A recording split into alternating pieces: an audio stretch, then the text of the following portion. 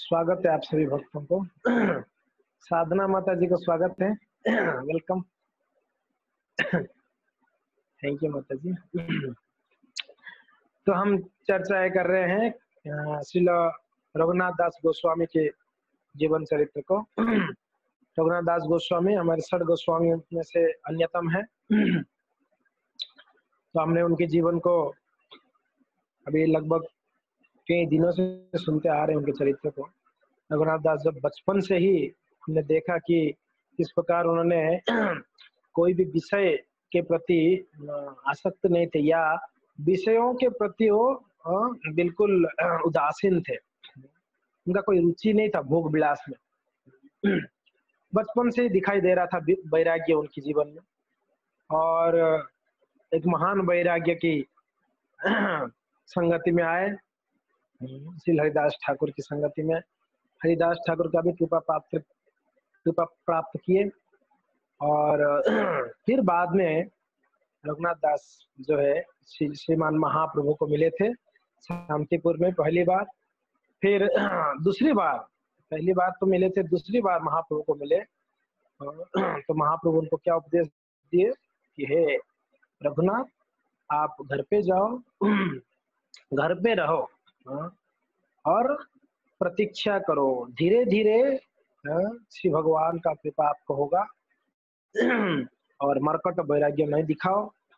जो भी विषय है यथा उचित जितना जरूरी है उतना ही आप स्वीकार करो, और अचिरात आप अंतरे निष्ठा और बाह्य लोक व्यवहार, आपके अंतर में निष्ठा होनी चाहिए भगवान के ऊपर, और बाहर से लोग व्यवहार करे, और अचिरात कृष्ण तुम्हार कोई भी। हाँ, भगवान कृष्ण आपको बहुत जल्दी कृपा करेंगे। ये आदेशों को लेते हुए रघुनाथ दास जो है अपने घर पे जाके यथा उचित उन्होंने हर एक चीज को स्वीकार किया। यथा उचित, ये वो सब बड़े ध्यान से सब समझनी चाहिए यथा उचित क्या है। हम कभी कभी यथा उचित बहुत ज्यादा ले लेते हैं। 4 चपाती चाहिए तो 10 चपाती यथा उचित है। फिर फिलोसफी क्या देते हैं, आखंड भोजन।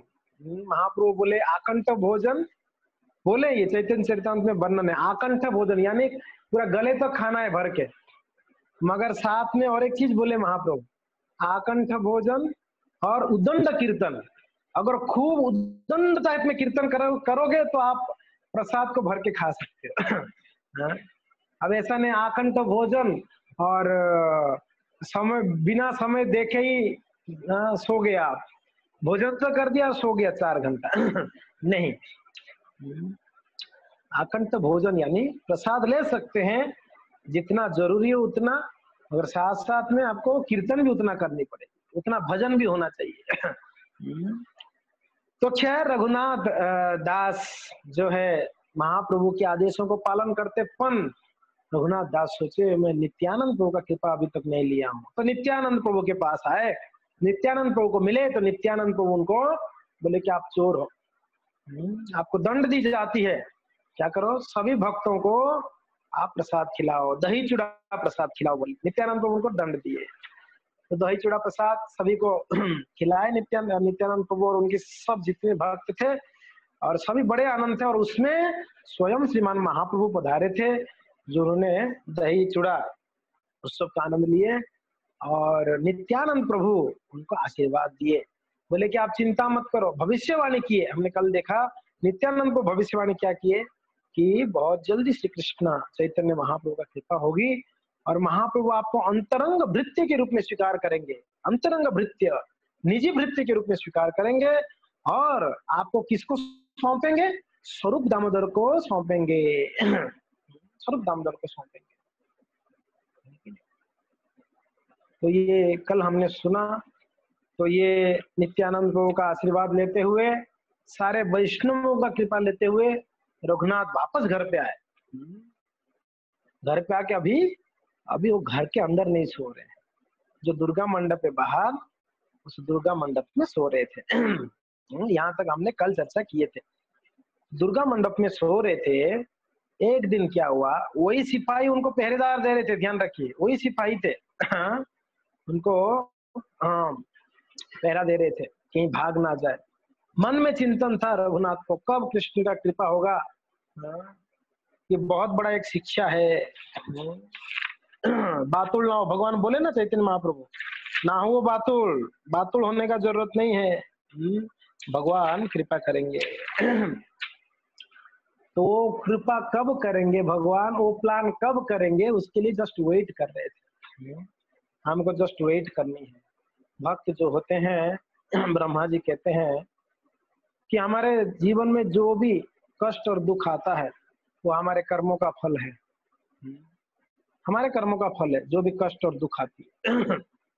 और ब्रह्मा जी कहते हैं कि सारा कर्मों के फल को भोगते हुए, सुख दुख को भोगते हुए क्या करो, भगवान का कृपा कब प्राप्त होगी उसके लिए जस्ट, जैसे चातक होता है ना, चातक पक्षी आपने सुना होगा, चातक नॉर्मल पानी नहीं पीता है, चातक आकाश की ओर चाहते हुए, आकाश की ओर देखते हुए वेट करता रहेगा चातक, बारिश का पानी कब बारिश होगा तो वो पानी में पीऊंगा, चातक का ये गुण है। तो वैसे एक भक्त के जीवन में, एक भक्त कब कृष्ण का कृपा होगी उसके लिए हमेशा लालायित रहे, कृपा को प्राप्त करने के लिए जब होगी, और जीवन में सुख दुख को भोग करे, भोग करते हुए अपनी जो निष्ठा है, भजन में जो निष्ठा है, वो निष्ठा को कभी त्यागना नहीं, उनके साधना को कभी त्यागना नहीं। तो खैर यहाँ पर रघुनाथ दास वेट कर ही रहे थे। तो क्या हुआ एक दिन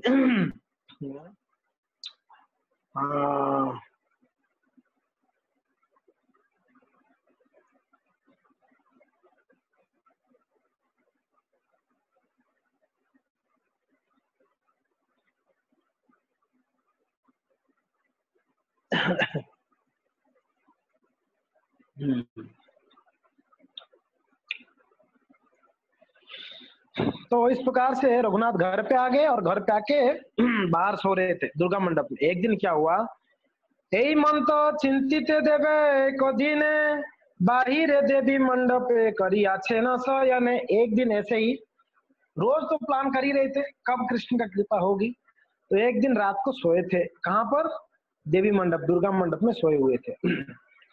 दंडचारी रात्रि जबे आछे अवशेष यदुनंदन आचार्य तबे करीला प्रवेश।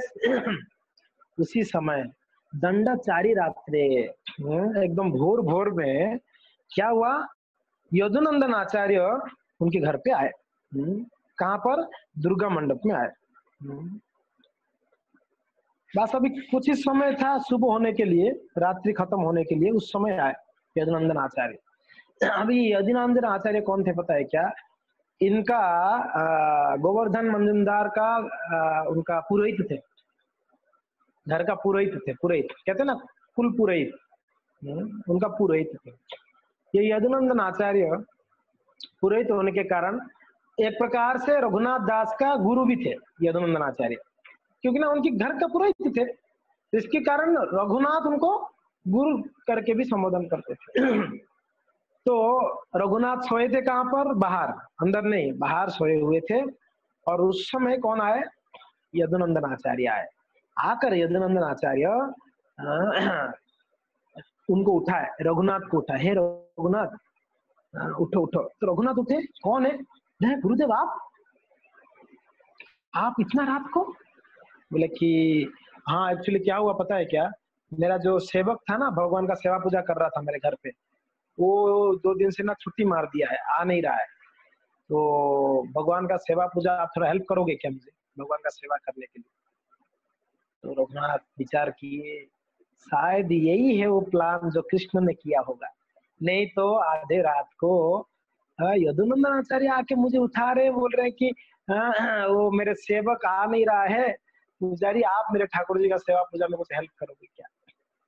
तो रघुनाथ दास सोचे कि ये सही मौका है, सही समय है घर छोड़कर जाने के लिए।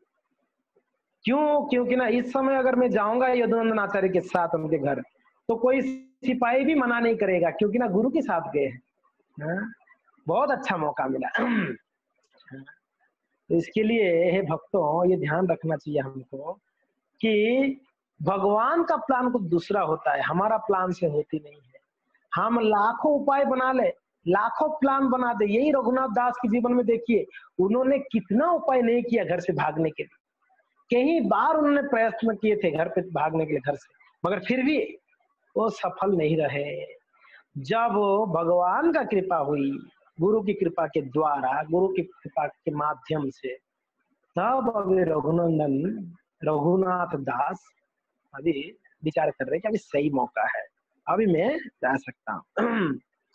तो सेवक नहीं आ रहे थे करके बोले, तो उन्होंने तुरंत बोले कि जी जी गुरुदेव, हाँ मैं बिल्कुल आपको हेल्प करूंगा, चलिए मैं आपको हेल्प करता हूँ करके वहां से निकले। और दैव बस क्या था पता है क्या? उस समय दैव बस, उस दिन सिपाही लोग उस समय बड़े घोर निद्रा में सोए हुए थे। सिपाही देखते तो पता नहीं, हो सकता था रोकते थे, मगर पता नहीं भगवान की कृपा से उस दिन सिपाही लोग भी सो गए थे। हाँ? देखिए, जिस समय आप स्मरण करिए, जिस समय भगवान का प्राकट्य हुआ, कहाँ पर?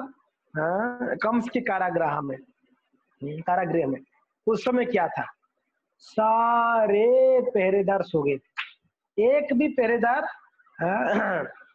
जो है ये नहीं था, जाग नहीं रहा था। और ये इतना सुंदर मौका, जब भगवान प्रकट हुए वैसे ही सारे दरवाजा खुल गए, बेड़ियां खुल गए, और वसुदेव जी महाराज जी भगवान को लेके कहाँ छोड़ के आए? गोकुल में छोड़ के आए। तो भगवान का प्लान है। भगवान बोले थे, डर गए लोग। कौन? माता देवकी और वसुदेव डरे हुए, तो क्या होगा?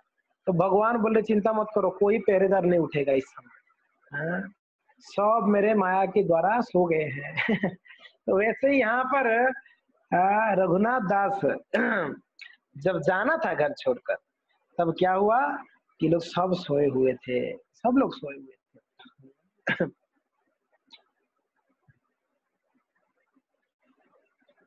रघुनाथ कहे तारे तारे करह साधन, सेवा ये न करे आरो नाही को ब्राह्मण। ले रघुनाथ, मेरे पास ब्राह्मण नहीं है सेवा करने के लिए, आप सेवा करो। ये तो कही रघुनाथ लय चालीला, रक्षक सब शेष रात्रे निद्रा पड़ीला। सारे रक्षक सो गए थे, सब लोग सो गए थे। अभी रघुनाथ जब जा रहे थे रास्ते में, तब लगभग आधे रास्ते में पहुंचे थे। रघुनाथ बोल रहे हैं गुरुदेव को, गुरुदेव अगर आप आज्ञा दोगे ना, मैं पुजारी को समझा बुझा कर भेज दूंगा। हाँ, उसको जाके मैं रिक्वेस्ट करता हूँ, आपका जो पुजारी है ना, उसको जाके मैं रिक्वेस्ट करता हूँ और वापस भेजवा दूंगा, तो अगर आप आज्ञा देते हैं तो यहाँ पर यदुनंदन आचार्य को क्या लगा, ये भेजकर घर पे चला जाएगा लड़का। इनको पता नहीं था कि पीछे इतना बड़ा रहस्य है कि भाई ये घर छोड़ने का प्लान किया हुआ है। ये यदुनंदन आचार्य को कैसे पता चलेगा? तो जैसे ही रघुनाथ बोले कि मैं पुजारी को समझा बुझा के भेज दूंगा, आप चिंता मत करिए, तो रघुनंदन आचार्य आप आज्ञा दीजिए। रघुनंदन आचार्य अभी क्योंकि ना कुलगुरु है ना, तो आज्ञा लेना जरूरी है, नहीं तो अपराध हो जाएगा, तो इसके लिए आज्ञा ले रहे हैं। आचार्य रो घर यारो पूर्व दिशाते कहते सुनिते दुहे चाले से ही पथे। जा रहे हैं रास्ते में, और धो पथे रघुनाथ कहे गुरु रो चरणे आमी से ही विप्रसादी पठाइबू तम स्थाने। बोले गुरुदेव, मैं उस जो विप्र है ना आपका ब्राह्मण, उसको मैं समझा बुझाकर आपकी घर पे भेज दूंगा सेवा के लिए। तब ये सुनकर रघुनंदन आचार्य जो है, तुम्ही सुखे घरे जाओ मोर आज्ञा होय, यही चले आज्ञा मागी करियर निश्चय। क्या हुआ? बोले आप आज्ञा दीजिए, मैं जाके उसको भेज दूंगा। तो गुरुदेव बोल रहे हैं कि यदुनंदन आचार्य, ठीक है रघुनाथ, आप जाओ निश्चिंत होके, आप क्या करो उसको भेज के आप घर पे चले जाओ, कोई कोई चिंता नहीं, अगर वो आएगा तो चलेगा, मेरा मेरा सेवा पूजा हो जाएगा ठाकुर जी का। और ये सुन के रघुनाथ बड़े आनंद होते, चलो गुरु का आदेश मिल गया है, गुरु ने आदेश दे दिया है, जाओ करके बोल दिए, घर पे वापस जाओ। यानी मेरा तो असलियत में घर श्री चैतन्य महाप्रभु का घर है, तो मुझे घर पे वापस जानी है। तो ये प्लान करके देखिए, यहाँ पर रघुनाथ दास झूठ बोले, छुपा के बोले कि मैं कहाँ जाने वाला हूँ, बोले नहीं रघुनंदन आचार्य को। आप बताओ, कोई भी बिना झूठ बोल के कौन ब्रह्मचारी आज तक बना है, सन्यासी बना है, घर छोड़ के भागा है? आप बताइए, एक उदाहरण बताइए जो घर पे सच बोलकर आके सन्यासी बन गया, ब्रह्मचारी बन गया। सब लोगों ने, हाँ सब लोगों ने किया। सनातन गोस्वामी का लीला आपने सुना था, जब जेल से भागे थे क्या बोल के भागे हाँ, वो जो पहरेदार था उसको बोला मैं इतना आपको धन देता हूँ, आप मुझे छोड़ दो। बोले कि नहीं नहीं, राजा ने मेरा गला काट देगा। बोले कि अरे सिंपल है, बोल देना कि शौच करने के लिए गया था, गंगा में कि डूब गया, भाग गया, पता नहीं कहाँ गया। सनातन गोस्वामी भी झूठ बोल के भागे थे, है कि नहीं? सनातन गोस्वामी झूठ बोल के भागे थे। आप याद करिए रामानुजाचार्य जब संन्यास लिए थे, याद है आप लोगों को? हाँ, पत्नी को क्या बोले? आपके भाई का विवाह है, हाँ? या आपका माँ का तबियत खराब है, तो एक लेटर खुद ही लिख दिए थे, ब्राह्मण के हाथ में दे दिए थे, है कि नहीं है? याद है ना आप लोगों को? कि स्मरण है कि नहीं है? रामानुजाचार्य जब संन्यास लिए थे, तो उनकी पत्नी जैसे ही गई तो रामानुजाचार्य कहाँ गए थे?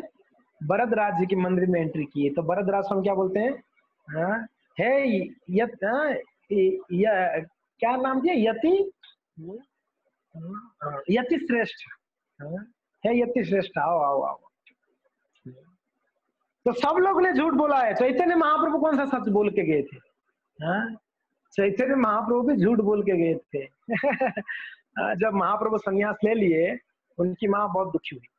बाद में जब मिली ना, वासुदेव घोष कहते हैं कहते हैं यार लागिया तक पड़ा लमो भागवत, ये दुख कोई भी आमी काय, इहार लागिया जत पढ़ाई मो भागवत, ये दुख कहिब आमी काय, अनाथिनी करी मोरे जाब तुमी दूर दशांतरे, विष्णु प्रिया की कबे उपाय।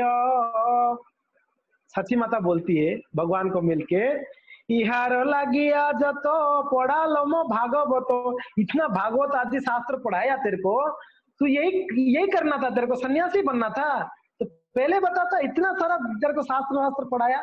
हाँ, ये दुख को कोई भी आमी का, किसको बोलो ये दुख में? इतना पढ़ा लिखा लड़का इंजीनियरिंग करके जाके ब्रह्मचारी बन गया, सन्यासी बन गया, किसको बोलू? घर में पिता माता का इच्छा रहता है, आशा रहता है कि बेटा क्या करेगा, अच्छा जॉब करेगा, नौकरी करेगा, पैसा कमाएगा और हमको पालन पोषण करेगा। हर एक माता पिता का यही इच्छा रहता है कि नहीं? मगर क्या होता है आप बताइए, जो लड़का घर पे रह के विवाह करता है, घर पे ही रहता है, नौकरी करता है, माता पिता का सेवा करता है? कितना ऐसे बच्चे हैं जो माता पिता का सेवा करके रहते हैं? बहुत ही कम है। अगर सेवा करते भी है ना, अंतर से नहीं है, बाहर से सेवा करते होंगे, अंतर से नहीं। कहाँ बूढ़ा बूढ़ी ये लोग यहाँ पर मेरे पास पड़े रहते हैं, आप देख लो। सच बात है, ये झूठ नहीं है, ये हर एक गृहस्थों का ये अनुभव है, सच है ये। या तो पढ़ाई लिखाई करके अमेरिका चला गया, अमेरिका में विवाह किया, वहीं रहा। क्या आपके बेटा नहीं जाता है अमेरिका? आपका बेटा पढ़ाई करने, जॉब करने दूसरा देश नहीं जाता है? जाता ही है। तो वैसे ही कोई भक्त बन गया, संत बन गया, ब्रह्मचारी बन गया, घर छोड़ के गया। माँ को, पिताजी को कभी ना कभी बच्चों से दूर तो रहना ही पड़ता है।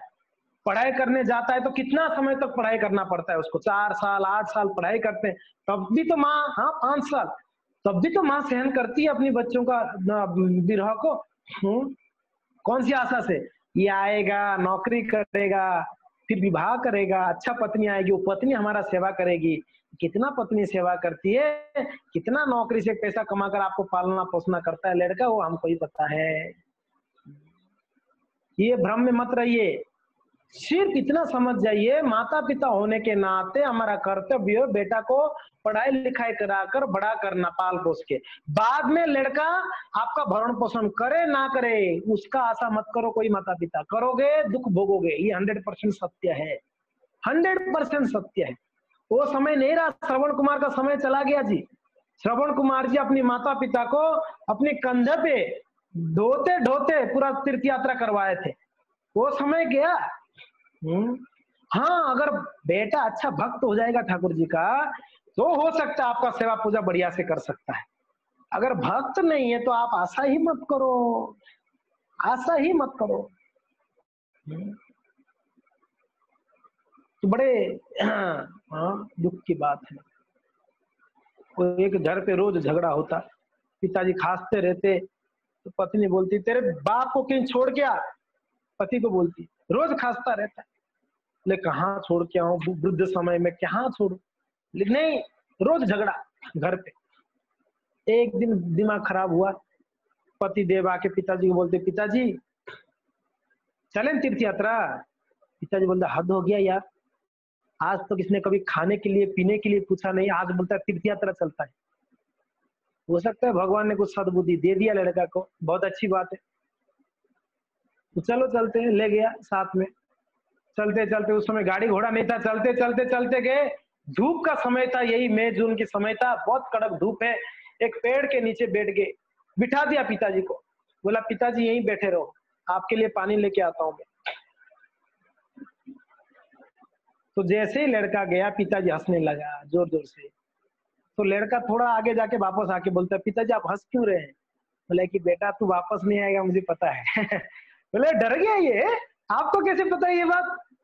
बोला कि बेटा मैं मेरे पिताजी को इसी पेड़ के नीचे बिठाकर ये बोल के गया था पानी लाने जा रहा हूँ आपके लिए, मैंने भी नहीं आया था। जब मेरे पिताजी को मैंने ऐसे किया तो मेरे साथ भी तू यही करेगा ना बेटा, मुझे पता है तू नहीं आने वाला है। यही है बेटा, अगर ऐसा भक्त ना हो तो पिता माता को ऐसे ही वृद्धाश्रम में छोड़ देगा, ऐसे ही कहीं पर भी छोड़ देगा।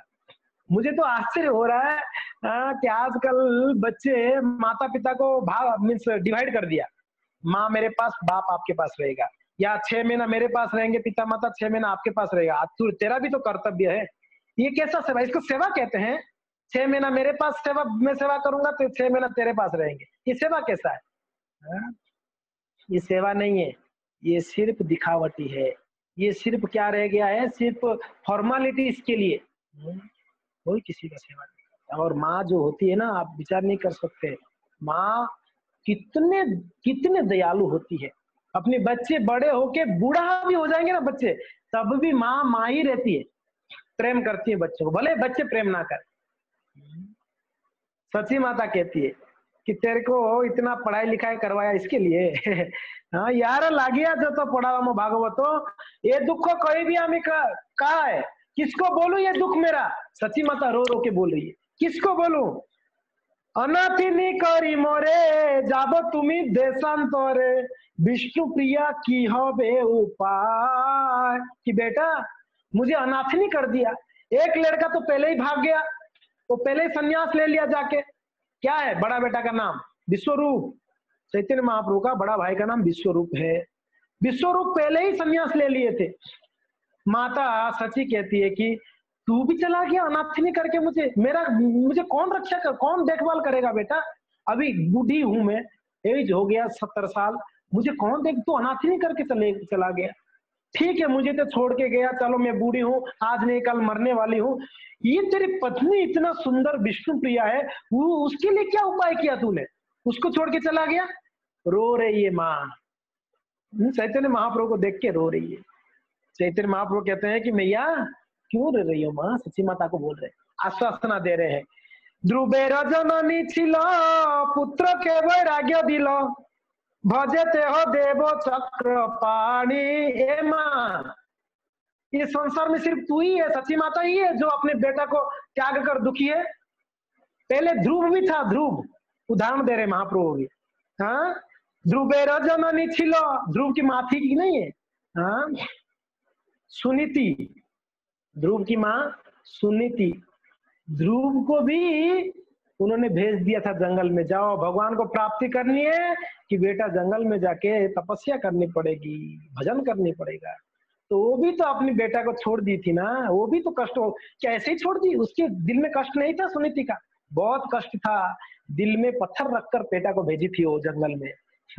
और उनकी बेटा जाके किया भजे तेहो देव चक्रपाणी। चक्रपाणी, पाणी यानी हाथ, चक्रपाणी यानी जिनके हाथ में चक्र है। भगवान श्री हरि कृष्ण का भजन किया उनका लड़का जाके, तो उनकी बेटा को भक्त कर बनाने के लिए ध्रुव की माँ भी तो बहुत कष्ट सही थी, बहुत दुख हुई थी। और उतना ही नहीं है माँ, रघुनाथ चारी भोगे बने बने फिरे लोके, झूरे सदा कौशल्या जननी। क्या रघुनाथ स्वयं भगवान रघुनाथ जी जंगल नहीं गए थे? उसके लिए उनकी माता कौशल्या नहीं रोई थी। उदाहरण दे रहे हैं भगवान उनको थोड़ा तसल्ली देने के लिए कि ध्रुव भी था माँ, वो भी गया था जंगल में। आप पहली माँ नहीं हो जो अपने पुत्रों के लिए रो रहे हो। हाँ, ध्रुव भी गया था जंगल में, प्रभु रामचंद्र स्वयं गए थे, कौशल्या माता हाँ रो रो के हालत खराब हो गया था जब भगवान रामचंद्र गए थे जंगल। क्या करो, क्या करे माता जी बताइए। विधाता निर्बंध जहा कब केबा खंड इबे तहा। अभी भगवान विधाता के ऊपर डाल रहे हैं, भगवान के ऊपर। स्वयं तो भगवान हो आप, विधाता के ऊपर क्या डाल रहे हो। माँ को तसल्ली दे रहे हैं भगवान, बोलते कि मैया विधाता निर्बंध चाहा केबा खंडो ये ताहा इबे ताहा ए तो जानी स्थिर कर मोने। सोचो ये भगवान का ही प्लान है मैया, ये सब भगवान की इच्छा से होता है, विधाता इच्छा से होता है। तो इसके लिए आप थोड़ा स्थिर मन स्थिर करो, ज्यादा आप रो मत माँ। अब माँ का रोदन देखकर भगवान चैतन्य महाप्रभु का छाती फट रहा था, एकदम रो रही थी बेटा का सन्यासी रूप में देखकर। फिर तसल्ली देख के बोलते कि मैया भज कृष्ण करो सारो आरो नहीं संसार पाई परम पद धन। हे माँ क्या करो, भगवान कृष्ण का क्या करो, नाम जप करो, भज कृष्ण करो सेवा और आरन आए संसार। इस संसार में और कुछ नहीं है माँ, ये सब माया जाल है। पुत्र वधु बेटा बेटी घर द्वार संसार, ये सब माया है। एक ही सार है अपना जीवन में भगवान का नाम भजन करने का। तो हे माँ, सची माँ को बोल रहे चैतन्य माँ को, नाम भजन करो। माँ फिर विचार किए, माँ सोचती होगी माँ बड़ा उपदेश दे रहा है तू, बड़ा पंडित बन गया सन्यासी होके। हाँ, माँ को बोल रहा है भजन कर करके। कभी कोई माँ का अगर कोई बेटा बोलेगा माँ जप कर, नहीं ये आया मुझे सिखाने के लिए। माँ तो माँ ही है ना, माँ को बेटा समझाए तो माँ क्या। अभी माँ सच्ची माँ के मन में लेके देखो ये बड़ा बैरागी बातें कर रहा है मेरे को, संसार माया है, ये है वो है, भजन करो। तब महाप्रभु बोले कि माँ आप चिंता मत करो, रोदने करिला तुम्ही डाकिले आसिब आमी यही देह तुम्हारो पालित। हे माँ, ये शरीर आपने पालन पोषण किया है, आपने भरण पोषण पालन पोषण किया, आपने जन्म दिया है। तो इसके लिए दो चीज महाप्रभु ने दो चीज बताया। क्या, रोदने करिले तुम्ही, आप जब भी रहोगे तब मैं आऊंगा, जब भी रहोगे आप तब मैं यहाँ उपस्थित रहूंगा, पहली बात है। सच्ची माता जब भी रोदन करती यहाँ चैतन्य महाप्रभु उपस्थित होंगे बोले। दूसरा, डाकिते आसिबो आमी, आप जब भी बुलाओगे, एक तो जब भी रहोगे मैं आऊंगा, जब भी बुलाओगे तब आऊंगा। तब सच्ची माता को थोड़ा सा तसल्ली मिला, चलो लड़का आएगा। ऐसा नहीं कि पूरा चला गया घर बार छोड़ के आएगा, नहीं ऐसा नहीं है, आएगा आएगा। जब भी रहूंगी तब आएगा, जब भी बुलाऊंगी तब आएगा। तो इसके लिए रोदने करिले तुम्ही डाकिले आसिबो आमी यही देह तुम्हारो पालित। आशीर्वाद करो मोरे जाई नीला चला पूरे तुम्ही चित्ते कौन सम्मिहित। बोलते कि हे मैया आप जब भी बुलाओगे जब भी रहोगे मैं आऊंगा, बस आप आशीर्वाद करो मैं नीलाचल धाम जाऊं। कहाँ पर, पूरी धाम जाऊं और वहां पर जाके भगवान का नाम जप कर पाऊं, ये सन्यासी व्रत को अच्छे से पालन कर पाऊं। हाँ, बैरागी जीवन बहुत कठिन जीवन है, बहुत कठिन जीवन, इतना आसान नहीं है बैरागी जीवन। खास करके ब्रह्मचारी सन्यासी जीवन बहुत कष्ट है। आप देखिए घर गृहस्थी में अगर माँ का प्रेम नहीं है, पत्नी का प्रेम है, ऑप्शन है। पत्नी का प्रेम नहीं है, कोई बात नहीं, बेटा बेटी है। बेटा बेटी का प्रेम नहीं है, कोई बात नहीं, सगे संबंधी है। सगे संबंधी का प्रेम नहीं है, कुछ कोई प्रेम नहीं है, कम से कम अगर आपके पास धन रहेगा ना, धन के द्वारा आप नौकर चाकर रख के अपना सेवा पूजा करा सकते।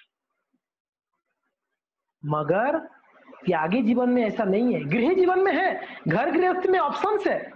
हाँ, ये नहीं तो वो है, वो नहीं तो वो है, मगर ब्रह्मचारी जीवन में कोई ऑप्शन नहीं है, कोई ऑप्शन नहीं। तो ब्रह्मचारी जीवन यानी सन्यासी जीवन, बैरागी जीवन को, त्यागी जीवन को मेंटेन करना बहुत कठिन है, आसान नहीं है।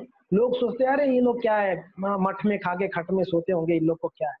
इतना आसान नहीं है, मठ में खा के खट में सोना भी इतना आसान नहीं है यहाँ पर।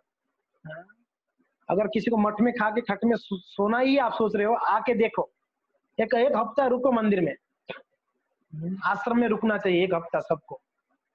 तब पता चल जाएगा कि क्या तपस्या होता है, तब पता चल जाएगा कि क्या बैरागी जीवन होती है। लेकिन ऐसा नहीं है, हम जो सोचते हैं ऐसा नहीं है। त्यागी जीवन बहुत, त्यागी जीवन में क्या है, एक ही चीज है, वो संत को, त्यागी को पोषण बहुत जरूरी है। पोषण, पोषण समझ रहे हैं ना? क्षुधा को, शरीर को मेंटेन करने के लिए पोषण चाहिए, वैसे ब्रह्मचारी जीवन को मेंटेन करने के लिए पोषण चाहिए।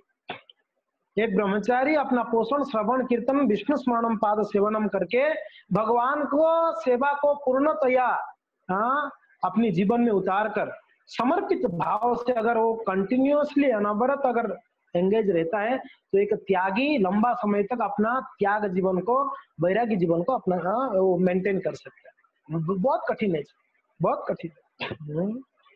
वैरागी का अर्थ क्या है? वैरागी का अर्थ है अपना निजी स्वार्थ को त्यागना। संसार में हर एक व्यक्ति का कुछ ना कुछ निजी स्वार्थ है, घर गृहस्थी में हो, समाज में हो, ऑफिस में हो, कहीं कोई भी धार्मिक अनुष्ठान में भी क्यों ना हो, व्यक्ति का निजी स्वार्थ रहता है। बिना निजी स्वार्थ का कोई व्यक्ति संसार में काम भी नहीं कर सकता। सही बात है कि नहीं है? स्वार्थ है कि नहीं है? स्वार्थ है, हर चीज में स्वार्थ है संसार में। मगर वैरागी जीवन यानी संतों का जीवन दूसरों के लिए होता है, खुद का स्वार्थ नहीं रहता है वैरागी जीवन। खुद का स्वार्थ, और तभी भगवान कृपा करते हैं, प्रसन्न होते हैं। अभी रघुनाथ का वैराग्य देखकर ही भगवान, आगे देखिए, अभी रघुनाथ घर छोड़ेंगे, महाप्रभु के पास जाएंगे, महाप्रभु कितने प्रसन्न होंगे आप देखिए। एक रघुनाथ बहुत बड़ा त्याग किए, बहुत बड़ा त्याग किए। कोई कंपनी में, खास करके वैरागियों के लिए, कोई कंपनी में कोई एक निष्ठावान सेवक यानी नौकर, निष्ठावान, क्या बोलते हैं उसको, निष्ठावान या सच्चा सेवक, ईमानदार बोल सकते हैं आप, ईमानदार सेवक। कोई ईमानदार नौकर होगा, ईमानदार वर्कर होगा ना, कंपनी कभी भी ईमानदार लोगों को निकालना नहीं चाहेगा, ईमानदार लोग ही चाहिए आजकल। धोखेबाज लोग भले बहुत काम करें, मगर धोखेबाज होगा ना, वो कंपनी उसको निकाल सकता है कभी भी। मगर भले काम कम कर रहे हैं मगर ईमानदार व्यक्ति है, चीटिंग नहीं करता इसमें, तो कंपनी उसको ना अधिक सैलरी देके भी रख देता है। सही बात है कि नहीं? ईमानदार लोगों को। बस यही है, जो त्यागी है, ब्रह्मचारी है, सन्यासी है, अगर अपने त्याग में ईमानदार हो, अपनी भजन में ईमानदार हो, भगवान कभी नहीं त्यागेंगे उन लोगों को, ध्यान रखिएगा, भगवान कभी नहीं त्यागेंगे। भगवान कृपा करके उनको स्वीकार करेंगे, ज्यादा सैलरी देना पड़े भगवान को देंगे। ज्यादा सैलरी यानी ऐसा नहीं, अगर ज्यादा फैसिलिटी देना होगा भगवान को देंगे उस वैरागी को, मगर ईमानदार वैरागी चाहिए। आज संसार, लोग, भगवान के प्रति विश्वास टूट गया है, संसार में लोगों का विश्वास नहीं रहा भगवान के ऊपर, संसार में लोगों का संतों के प्रति, एक तो जहां संतों के प्रति विश्वास हटा तो भगवान के प्रति विश्वास हटा। हम कुछ दिन पहले सुने थे, एक मूवी आया था करके, ओ माय गॉड, कोई मूवी आया था, उसमें हमने देखा तो नहीं है, हमने कुछ भक्तों से सुना है, ओ माय गॉड के ऊपर एक हमारे भक्त लोग ने ड्रामा किया, वो देखा था मैंने। उसमें ये प्रूफ किया गया है कि भगवान नहीं है, भगवान नहीं है करके कुछ प्रूफ किया गया करके बोलते, पता नहीं है, वो भी हम देखा नहीं। तो देखो क्या संसार में क्या सिखाया जा रहा है लोगों को, भगवान नहीं है करके सिखाया जा रहा है। संतों के जीवन, क्योंकि ना संत लोग ही कलंकित कर देते हैं। एक पता है प्रभुपाद जी क्या बोले हैं, बहुत स्ट्रॉन्ग वर्ड बोले, आप लोग सोचते होंगे ये सब का आप जो बता रहे हैं प्रभु जी इतना दिनों से, कहाँ बताया गया ये सब कुछ प्रभुपाद जी ने बताया है। सब कुछ प्रभुपाद जी बोले, ऐसे नहीं कि प्रभुपाद जी नहीं बोला है, ये सारा चीज हम जो बता रहे हैं सब प्रभुपाद जी का ही आदेश उपदेश है, हमारे आचार्यों का आदेश उपदेश है।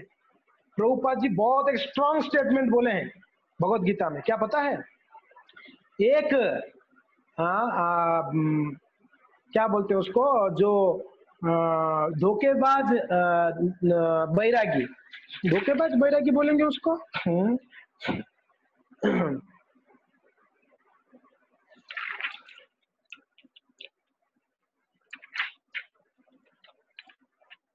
ढोंगी, ढोंगी कह सकते हैं उसको।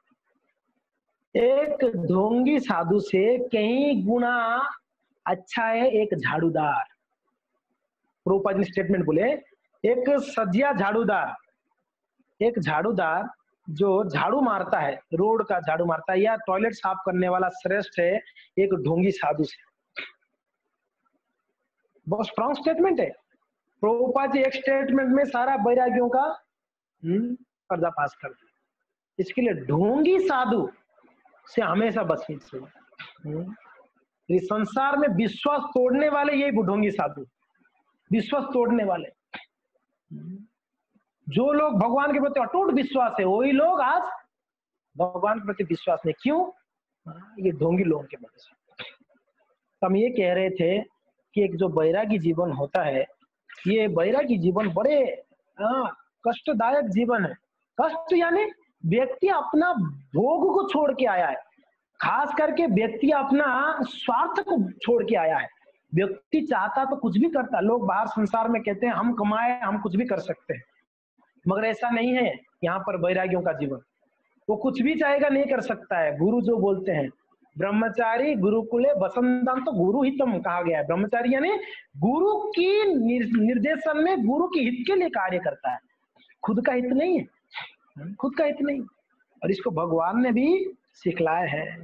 भगवान, आप बताइए गोपियों कौन सी ज्ञानी थे? यहाँ तक कि गोपियों का कोई व्यवहार भी ठीक नहीं था। भगवान को तो लंपट करके बुलाते ही लोग। लंपट यानी संसार में बड़ा तुच्छ वाड़ है ये लंपट। अनेकों स्त्रियों के साथ में जिनका व्यवहार, उनको लंपट कहते हैं। और ये गोपियां तो खुले आम बेइज्जती करते भगवान का। उनका व्यवहार भी पता नहीं कैसे बातचीत करनी है भगवान के साथ। कोई ज्ञानी नहीं थे, कोई पंडित नहीं थे, हाँ, फिर भी गोपियों ने भगवान को जीत लिया। कैसे? गोपियों का वैराग्य देखकर भगवान जीत उनकी बस में आ गई। वैराग्य था। क्या वैराग्य? भगवान के लिए अपने पति, अपने बच्चे, अपने समाज सब कुछ त्याग कर आ जाते गोपियां। ऐसा स्थिति गोपियों का था। हाँ, कौन इतना बड़ा वैराग्य होगा? तो भगवान देखते हैं कितना सच्चा है ये व्यक्ति। अपना सच्चाई देखते हैं भगवान, सच्चाई देखते हैं। तो इसके लिए भक्त बनना है, सच्चाई वाला भक्त बनिए, कपटता वाली भक्त नहीं बननी है हमको कभी। हाँ, वो मुख में राम राम बगल में छुरी, ऐसा वैष्णव है। कपटता छोड़ो। वैष्णव के सामने हमारा कपटता है, छल कपटता, ये छोड़ना पड़ेगा। सच्चाई अगर होगा आपके अंदर, भले ही आप ज्यादा भजन साधन नहीं कर पा रहे, मगर सच्चाई है आपके हृदय में, आप चीटिंग नहीं करते हो किसी को, तो भगवान आपकी सच्चाई से फिदा हो जाएंगे, भगवान आपकी सच्चाई से बंध जाएंगे। तो हम सबको ये निर्णय लेना पड़ेगा कि मैं कितना दिखावटी कर रहा हूँ समाज में, कितना दिखावटी कर रहा हूँ भक्तों के सामने। मैं अच्छा भजन करने वाला हूँ, मैं अच्छा साधना करता हूँ, मैं अच्छा मंगला आरती करता हूँ, मैं अच्छा पढ़ाई करता हूँ। ये सारा छलबाजी छोड़कर जो असलियत में हमारा अंदर जो है, वो सच्चाई को दिखाओ। भले सच्चाई में आप 16 मला नहीं कर पाते, 8 ही कर पाते, मगर सच्चाई है। हमने कुछ भक्तों को देखे हैं, फिर आप सब है ही है ऐसी महान, बड़े सच्चाई है। नहीं कर पाते तो बोल देते मेरे से नहीं होता, मेरे से नहीं होगी, तो नहीं हो पा रहा है, क्या करो, आप प्रार्थना करिए मैं कर पाऊं। सच्चाई यही है। कैसे कर रहे हैं? सब कुछ ठीक? हाँ, सब ठीक चल रहा है। कर नहीं रहे फिर भी बाहर से क्या बोल रहे? सब ठीक चल रहा है। इसको कहते हैं कपटता वाला भक्त। सच्चाई नहीं है। ऐसे सच्चाई, ऐसे छुपा के सच्चाई को कितना दिन भजन करेंगे हम? हम कितना आगे प्रगति कर सकते हैं भजन में? आप बताइए, छुपाकर कितना दिन आगे बढ़ पाएंगे? झूठा व्यक्ति कभी ना कभी पकड़ में आएगा। और दूसरी बात है, भगवान तो सब जानते हैं जी, हृदय में ही बैठे हैं, कहाँ गए हैं भगवान? आप कितना भी छुपाओगे सामने हो, भगवान तो सब जानते हैं, हृदय में बैठे। सच्चाई चाहिए, सच्चाई चाहिए। इसके लिए त्याग मार्ग कोई भोग मार्ग नहीं है। त्याग है तो वहां भोग नहीं है, भोग जहां है वहां त्याग नहीं है। समझ में आ रहा है? त्यागी जीवन अभी यहाँ पर रघुनाथ दास ने उनके जीवन में देखिए, हमने अभी तक पढ़े कहीं एक जगह में भी जाके चैतन्य महाप्रभु को या नित्यानंद प्रभु को भी मिले, इतने वैष्णवों को मिले, रघुनाथ दास एक जगह पे भी ये प्रार्थना नहीं की कि थोड़ा सा मेरा धन संपत्ति बढ़ जाए, मेरे माता पिता अच्छा रहे, मेरा घर गृहस्थी अच्छा चले। एक बार भी प्रार्थना किए हैं कहीं पर? आपने देखा रघुनाथ को? बिल्कुल नहीं किया। बिल्कुल नहीं किया।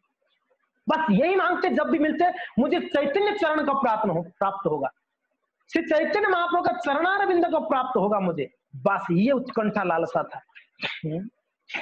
इसी के वजह से भगवान फिदा हो गए, इसी के वजह से, इसी की वजह से। इसके लिए महाप्रभु क्या बोले, बातुल मत हो, पागलपन मत करो।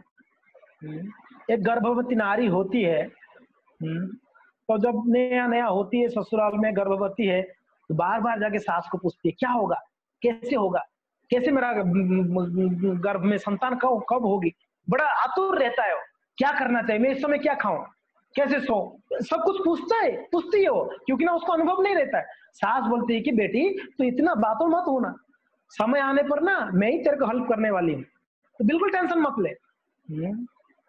मगर कष्ट हो रहा है, कष्ट सहन करना पड़ेगा बेटी। गर्भवती नारी को कष्ट कितना सहन करनी पड़ती है, मगर जानती है कि उसको एक दिन कृष्ण यानी उनको संतान प्राप्त हो।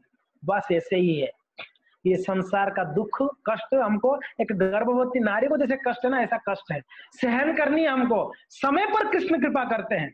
यहाँ रघुनाथ ने सहन किया, रघुनाथ ने हर एक चीज को सहन किया, माता पिता की, हाँ समाज की ना, इतने सिपाही लोग उनको पहरेदार क्वारंटाइन में रख देना, कितना कितना कष्ट तक पता है क्या? बहुत दिक्कत है, मेंटली व्यक्ति बहुत परेशान हो जाए, एक जगह पे बंद करके रख दिया जाए। मगर रघुनाथ दास चारों तरफ सिपाही, कहीं जाने नहीं देते भाई, इतना बड़ा अमीर खानदान का लड़का, उसको जाने नहीं दे रहे कोई, उसकी इच्छा से खा नहीं सकता, जा नहीं सकता, बैठ नहीं सकता, क्या है फिर भी रघुनाथ ने कितना सहन किया, उनको पता था भगवान का कृपा जरूर होगा, जरूर होगा।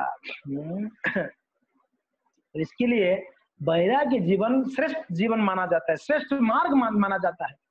जैसे उदाहरण के लिए संत लोग कहते हैं, एक घर गृहस्थी में क्या उनकी पत्नी है, बच्चे हैं, बहुत जिम्मेदारियां हैं, साथ साथ में सबको कृष्ण भक्ति में आगे बढ़ाना होता है। ब्रह्मचारी के पास अकेला है कि नहीं है, बढ़ना है अकेले ही बढ़ना है, अकेले ही बढ़ना है। वो कहते हैं कोई पहाड़ चढ़ना है, उसके हाथ में 30 किलो का वजन है, 4-5 बैग पकड़ा दिया गया, सब्जी का, दाल का, राइस का, उठा के चढ़ रहा है पहाड़, और एक जन के हाथ में कुछ नहीं है, बैग कौन कौन आसानी से चढ़ेगा? जिसके हाथ में कोई बैग नहीं है। घर गृहस्थी यानी बहुत सारे बैग है, बच्चा को लेके, पत्नी को लेके आगे बढ़नी है चढ़नी है कि नहीं? भक्ति का मार्ग ऊंचा मार्ग है, नीचा मार्ग तो नहीं है। हमको नीचे उतरना होगा तो आसान है, सामान लेके भी उतर सकते, मगर चढ़ना है, चढ़ाई चढ़ना बहुत कठिन है जी, बहुत कठिन है, पहाड़ चढ़ना बहुत कठिन है। जो पहाड़ चढ़ना होता है उस समय अगर बैग रहेगा तो थोड़ा कष्ट तो हो, मगर जिनके पास बैग नहीं है भाई धपाधप चढ़ जाएगा कि नहीं चढ़ जाएगा? यस। मगर कृष्ण भावनामृत आंदोलन में आप ऐसा मत सोचो कि अकेले चढ़ रहे हैं, अरे कई हजारों को लेके चढ़ते हैं। प्रभुपाद महाराज पूरा दुनिया को लेके चढ़े ऊपर। हाँ प्रभुपाद जी देखो, पूरा संसार को, पूरा पृथ्वी को लेके चलते थे। हाँ ऐसे संत होते हैं हमारे संत लोग। देखिए अकेले, कभी भी अकेले में जब होती है तभी भजन होती है। अच्छा, कोई त्याग आश्रम में सोचा कि अभी ये भोग दूं, भोग करके भोग इच्छा से नहीं बच सकते हो आप। बच सकते हो भोग करके, भोग इच्छा से कोई बच लिया आज तक? नहीं बच। वो ऐसी बात है जैसे कि आग में ईंधन डालने जैसा, आग जल रही है उसमें घी डाल रहे हो बुझाने के लिए, तो आग बुझेगी कि और ज्यादा जलेगा? ज्यादा जलेगा। मैं ये सब इसके लिए बतला रहा हूँ, त्यागी जीवन, वैरागी जीवन हम सबका है। चैतन्य महाप्रभु की मूवमेंट में हर एक व्यक्ति वैरागी है, हर एक व्यक्ति वैरागी। पत्नी के साथ रह के बैरागी है, कोई पत्नी के साथ बिना साथ की बैरागी है, बस बैरागी तो दोनों है। ये शिक्षाएं बहुत कम दी जाती है। बैरागी जीवन का शिक्षाएं बहुत कम दी जाती है, छुपाया जाता है संसार में। नहीं, संसार में हर जगह में यही शिक्षा देता है कैसे अच्छे से अच्छे भोग कर सकते हो। भोग की वस्तुओं का एडवर्टाइजमेंट, भोग की चीजों का एडवर्टाइजमेंट, हर जगह पे भोगों का एडवर्टाइजमेंट। अच्छा कैसे व्यक्ति भोग सकता है, सही बात है कि नहीं है? मगर त्याग का जीवन कौन सिखा रहा है आज तक? बताइए, कौन संसार में आपको त्याग का जीवन सिखाता है कि त्याग नहीं चाहिए? त्याग में जो आनंद है, भोग में वो आनंद है नहीं, नहीं है। त्याग यानी अपना स्वार्थ त्यागना, सबसे बड़ी बात है अपना स्वार्थ त्यागना। त्याग ये ऐसा मत सोचो मैं टीवी छोड़ दूं, मैंने गोदरेज छोड़ दूं, मैंने पैसा छोड़ दूं, मैंने गाड़ी छोड़ दूं, घर छोड़ दूं, ये त्याग नहीं है। हमेशा ध्यान रखिए, आसक्ति त्यागना है, स्वार्थ त्याग नहीं। त्यागना क्या है हमको जीवन में? आसक्ति। धन रहना कोई गलत चीज नहीं है, धन के प्रति आसक्त होना ये गलत है। पत्नी रहना ये कोई गलत चीज नहीं है, पत्नी के प्रति आसक्ति ये गलत है, ये बंधन का कारण है। धन के प्रति आसक्ति बंधन है, पत्नी के प्रति आसक्ति बंधन है, घर की बच्चों के प्रति आसक्ति ये बंधन है जी। इसके लिए अंतर्निष्ठा, बाह्य लोक व्यवहार, बाहर से लोक व्यवहार करनी है। एक माता अपने पुत्र का सही तरीके से संभाले, ध्यान रखे। एक पति अपने बच्चों को, अपनी पत्नी को पूरा ध्यान रखे। एक स्त्री होने के नाते उनके पति का पूरा ख्याल रखे। एक माता पिता होने के नाते उनके सारे परिवार को ध्यान रखे। तो वो अपना बाह्य व्यवहार बिल्कुल करनी चाहिए। कैसे? अंतर्निष्ठा क्या? हम सबका एक ही टारगेट है, कृष्ण का चरणों कमलों को प्राप्त करना, मुझे भी, मेरे पत्नी को भी, मेरे बच्चों को भी। स्वार्थ, इसमें स्वार्थ, भोग त्यागने में स्वार्थ, निस्वार्थ, अपना स्वार्थ नहीं। मगर कृष्ण को प्राप्त करने में क्या स्वार्थ है? सब मिलकर, अकेला नहीं। समझ में आ रहा है? भोग को त्यागने में स्वार्थी होना कि त्यागना, ये मेरे जीवन में बहुत बड़ा बाधक है। भक्ति में, भक्ति में हमारा क्या बाधक है बताइए आप लोग? कोई वैष्णव बाधक है? वो कोई व्यक्ति बाधक है? नहीं नहीं नहीं नहीं नहीं, बिल्कुल ऐसा ना सोचिए कि भक्ति में कोई व्यक्ति बाधक हो गया। कोई बाधक नहीं हमारा जीवन में। एक ही चीज बाधक है भक्ति में, भोग के प्रति आसक्ति, यही हमारा भक्ति में बाधक है। हम अगर भजन नहीं कर पाते हैं, कारण है हमारा भोग के प्रति आसक्ति। हमें सुबह नहीं उठ पाना, जप नहीं कर पाना, भागवत नहीं पढ़ पाना, गीता नहीं पढ़ पाना, इसके लिए कोई दूसरा कारण नहीं है। ना कोई स्थान आपको रोक सकता है, ना काल रोक सकता है, ना कोई व्यक्ति रोक सकता है, ना कोई वस्तु रोक सकता है भक्ति के लिए। भक्ति स्वतंत्र है, उसको कोई नहीं रोक सकता है, कोई नहीं रोक सकता है। रघुनाथ को कौन रोका? पत्नी नहीं रोक पाई सुंदर, धन नहीं रोक पाया, माता पिता नहीं रोक पाए। आप सोचो, अगर कोई खानदान में, कोई घर में एक ही बेटा होगा ना, उसके प्रति प्रेम एकदम इतना प्रेम रहती है घर वालों का। सही बात है कि नहीं? अगर एक बेटा होगा तो रघुनाथ, दो परिवार में एक बेटा, दोनों भाई को कितना उनके प्रति प्रेम था, उनकी माता पिता का, उनकी बड़े ताऊ जी का। फिर भी रघुनाथ जी को वो प्रेम नहीं रोक पाया। क्यों? रघुनाथ भोग से विरक्त थे, ये उनका बंधन का कारण नहीं बना। इसके लिए हमको कोई बांध नहीं सकता, हमको कोई रोक नहीं सकता है भजन में। मगर इसका अर्थ ये नहीं हम सबको इग्नोर करते हुए बस हमको बस ये सब तो बेकार है भजन करना है। बाह्य लोक व्यवहार, इसको हमेशा दिमाग में फिट करके रखिएगा जी। हाँ, सब हमेशा कि बाह्य लोक व्यवहार बहुत जरूरी है। यहाँ पर रघुनाथ क्या सोच रहे हैं कि अभी मुझे जाना है। झूठ बोले, गुरुदेव को झूठ बोले। क्या बोल रहे हैं? कि मैं जा रहा हूँ, मैं जा रहा। हाँ, जाओ जाओ जाओ बेटा, जाओ घर पे वापस चले जाओ। झूठ बोलकर निकले वहां से। कभी भी हमेशा खास करके भक्तों को याद रखना चाहिए, मेरे वजह से कोई भक्त बन गया, ये गलत धारणा निकाल दीजिए अपने मन में। हमारे वजह से कोई भक्त नहीं बनता है। जिसका स्वीकृति होगा वही भक्त बनेगा, ध्यान रखिएगा। जिसका स्वीकृति होगा वही भक्त बनेगा। हमने किसी को भक्त नहीं बना पाएंगे, हमारे पास इतना शक्ति नहीं है। अगर हमारे पास इतना शक्ति होता तो हम अभी तक शुद्ध भक्त होते।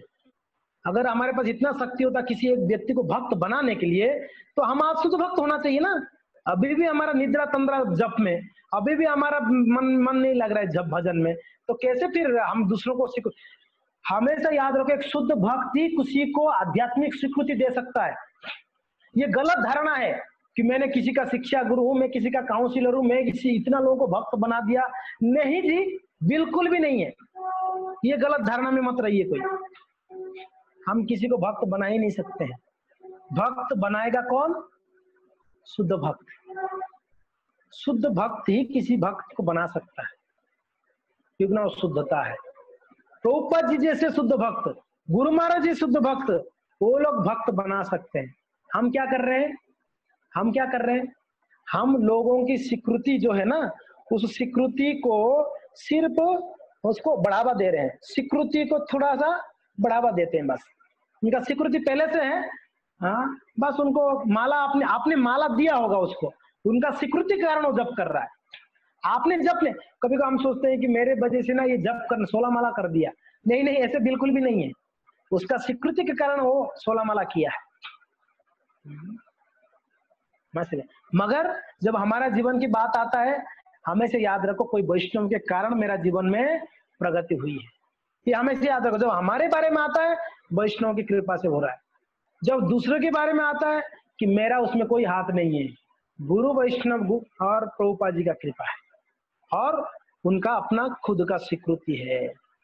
आध्यात्मिक स्वीकृति देने के लिए एक महत होना पड़ेगा, महत भक्त यानी शुद्ध भक्त। इसलिए ये मत सोचिए कोई आपकी, कभी कभी आपकी गलियों में कोई साड़ी बेचने आते हैं, किसी की गली में आते हैं, आपकी गलियों में साड़ी बेचने हमारे, ओके, आते हैं, हमारे गांव में आते हैं साड़ी बेचने वाले। तो मानो उसने साड़ी साड़ी साड़ी साड़ी करके पुकारते हुए गया, हाँ, साइकिल में या बाइक में। जिसके पास धन नहीं है क्या करेगा? उसको बुला के देखेगा कितना साड़ी है, कितना पैसा है? उसके पास पैसा नहीं है कि नहीं? जिसके पास पैसा है वो जाके चेक भी करेगा, पूछेगा कहाँ का साड़ी है ये, है कि नहीं है, और रखेगा, खरीद भी सकता है कि नहीं? अगर किसी ने साड़ी खरीदा तो साड़ी वाला ये सोचना मूर्खता होगा कि मैंने बेचा। उसने बेचा नहीं है जी, जिसके पास पैसा था वो आके लेके गया। समझ में आ रहा मैं क्या बोल रहा हूं आप लोगों को? देखो, जिसके पास पैसा नहीं है, अगर ये बेचने वाला होता, अगर इसके पास इतना शक्ति होता तो बिना पैसा वाले के पे बेच के आ जाता। नहीं, जिसके पास पैसा होता है वही आके लेके जाता है साड़ी। ऐसा ही है, जिसके पास स्वीकृति है वही भक्ति को खरीद सकता है। हमने भक्ति, हो सकता है हमने हरि नाम संकीर्तन कर रहे हैं, बाहर निकलकर, हो सकता है हम प्रसाद वितरण कर रहे हैं, हो सकता है हम कथाएं कर रहे हैं, मगर जिनके पास स्वीकृति है वही आता है। अभी हम किसको नहीं पता, उदयपुर में मैंने सबको मैसेज किया हूं कि जूम में क्लासेस होता है करके, हमने सबको मैसेज करते हैं। कितने लोग आते हैं? 40 लोग, 50 लोग आते हैं। हमने तो मैसेज करते हैं 500 लोगों को, क्यों 40 लोग आते हैं? जिनके पास पैसा है वही आएगा ना भाई, जिनके पास पैसा नहीं हो कहां से आएगा?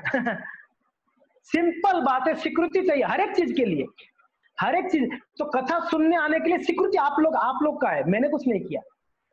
तो ये मतलब ये हमेशा ध्यान में रखना चाहिए एक प्रचारक को या हर एक भक्त को। मेरे वजह से कोई भक्त नहीं बनता जी, मैं खुद ही नहीं भक्त बन पाया, मैं क्या दूसरे को भक्त बना पाऊंगा? हाँ बताइए, हमारा खुद का इतना शक्ति नहीं है, हम क्या दूसरे को भक्त बना पाए? कभी कभी हम बहुत उछलते, मैं इसको भक्त बना दूंगा, मैंने इतना प्रीचिंग कर दिया, इसको प्रभु जी इसको तो नाम जपाऊंगा, इसको गीता पढ़वाएंगे। हो नहीं सकता है जी, हमारे पास इतना शक्ति नहीं है। हमारा प्रचार मीन्स क्या है? हमने स्वीकृतिवान व्यक्ति को गुरु के पास लाके मिलाते हैं, हमारा यही काम है प्रचारक का। यानी अर्थ क्या है? स्वीकृतिवान व्यक्ति को, श्रद्धावान व्यक्ति को गुरु के पास लाके छोड़ता है, ये काम करते हैं। स्वीकृतिवान को, स्वीकृति नहीं तो आप माथा फोड़ दो, व्यक्ति नहीं आएगा, पक्का है ये। इसके लिए ये भी भ्रम में नहीं रहना चाहिए कि मेरे वजह से कुछ हुआ या मैंने कुछ किसी को भक्त बना दिया, हो ही नहीं सकता है। ये टारगेट बनाओ कि भक्त बनाने का टारगेट मत बनाओ।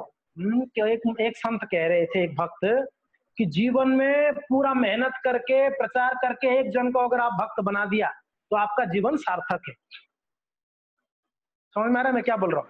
जीवन भर प्रचार करके एक जन को अगर आप भक्त बना दिया, आपका जीवन सार्थक है। वो कौन? स्वयं को। वो कौन? स्वयं को। जीवन भर प्रचार करके अगर स्वयं को अच्छा भक्त बना दिया तो आपका जीवन सार्थक है।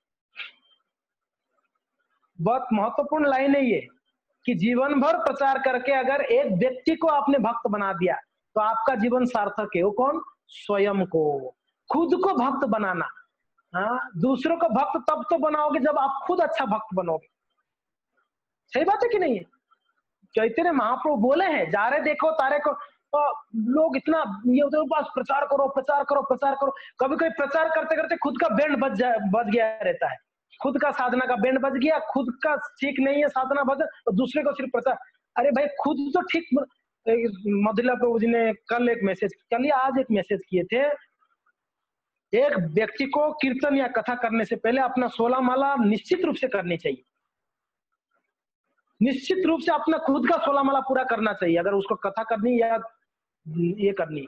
सही बात है, आपको कीर्तन करनी है तो कम से कम आपका अपना साधना को कंप्लीट करो, फर्स्ट पहला प्रेफरेंस है आपका। आप खुद ही जप नहीं किया अभी तक, आप प्रवचनबाजी करोगे तो कौन सुनेगा आपका प्रवचन? और क्या प्रभाव पड़ेगी लोगों के ऊपर आपका प्रवचन? हाँ जी। तो इसके लिए जीवन में कुछ करना है तो खुद को अच्छा भक्त बनाना है, ये टारगेट बनाओ।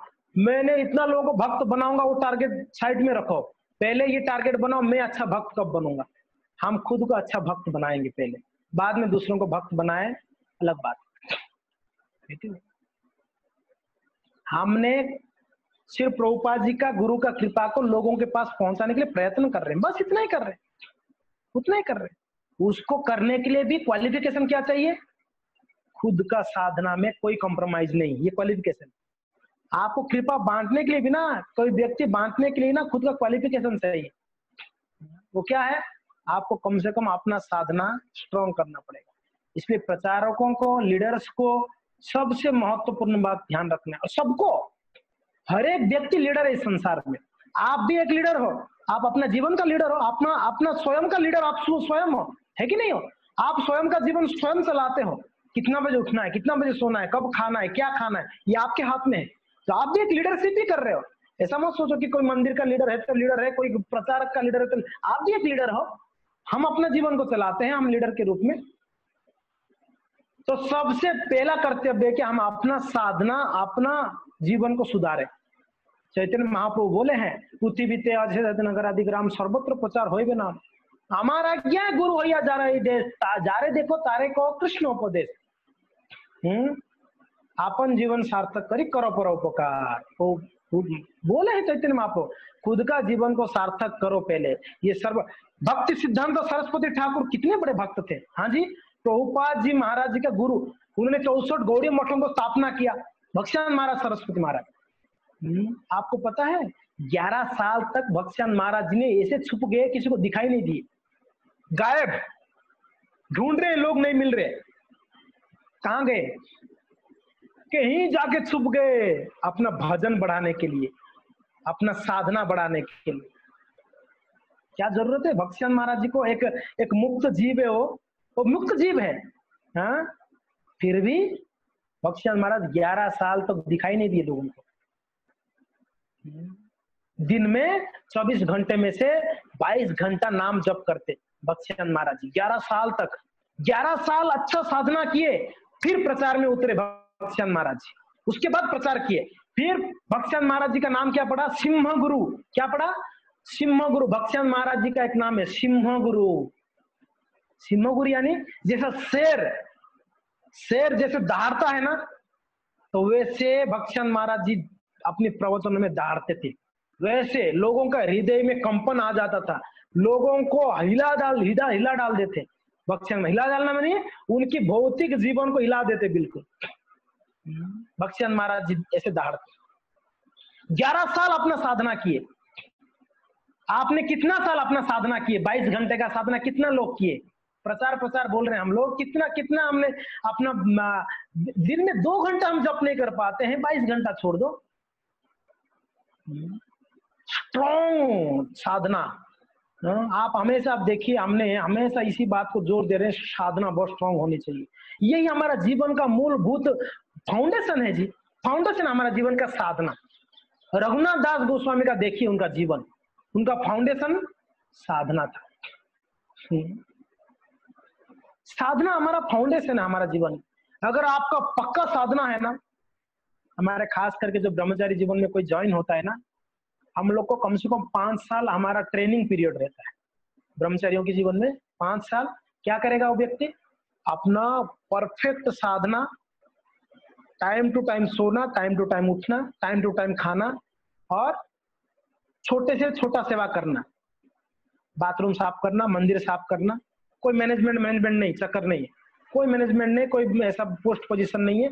झाड़ू पोछा करना, आश्रम को धोना और भक्तों को सर्विस करना और स्ट्रॉन्ग साधना और अध्ययन अपना पढ़ाई, ब्रह्मचारियों का जीवन में मैं बोल रहा हूँ। 5 साल के बाद उसको जांच कर फिर दीक्षा दिलाई जाती है गुरुदेव से। दीक्षा के बाद भी क्या करेगा? उसका 5 साल का जो ट्रेनिंग हो गया होगा ना, वो 5 साल का ट्रेनिंग को जीवन भर उसने अपनाएगा, उसी वही शेड्यूल रहेगा। मगर 5 साल उनको ट्रेनिंग दी जाती है इस शेड्यूल को, क्योंकि ना इतना हम लोगों ने पहले से हमारा शेड्यूल ऐसे बिगाड़ा है ना, उसको एक मेंटेन करने के लिए कम से कम 5 साल चाहिए मेंटेन करने के लिए, उसमें सेट होने के लिए। समझ में आ रहा है? सेट होने के लिए। हम कहते प्रभु जी 1 साल हो गया दीक्षा नहीं हुआ, मैंने तो जब कर रहा हूं। अरे बाबा आपको 5 साल चाहिए सेट होने के लिए इसमें पहले, नहीं तो क्या होगा? दीक्षा लेके भजन छूट जाएगा, दीक्षा लेके माला छूट जाएगी जी, क्योंकि ना व्यक्ति सेट नहीं हुआ था, दीक्षा ले लिया। दीक्षा मीन्स एक जिम्मेदारी है। तो हम लोग को हमारा दिमाग, हमारा जीवन को, हमारा शेड्यूल को फिट करने के लिए हमको मिनिमम 5 साल चाहिए। भक्तिचंद महाराज जी 11 साल किए। स्ट्रॉन्ग साधना, कोई ढीला ढाला नहीं, कोई कॉम्प्रोमाइज नहीं। तो साधना जिनका अच्छा होगा वो व्यक्ति अच्छा प्रचार कर सकता है, अच्छा प्रचार कर सकता है। तो खैर रघुनाथ दास गोस्वामी, रघुनाथ दास यहाँ पर गुरु को क्या बोले? बोले कि गुरुदेव मैं आज्ञा चाहता हूँ, आप आज्ञा दीजिए, मैं जाके भेजता हूँ पुजारी को। तो गुरुदेव बोले कि ठीक है बेटा, आप निश्चित होकर घर पे जाओ। बस उनका आदेश लिए, आदेश लेकर अभी रघुनाथ दास ने वहां से निकले। वहां क्या, उसी समय उनके गांव से कुछ लोग जगन्नाथपुरी के लिए निकले थे, रथ यात्रा आने वाला था, लोग वहां से निकले, बंगाल से निकल के सब जा रहे थे, झुंड झुंड होके भक्त लोग। शिवानंद सेन थे, कौन थे वो?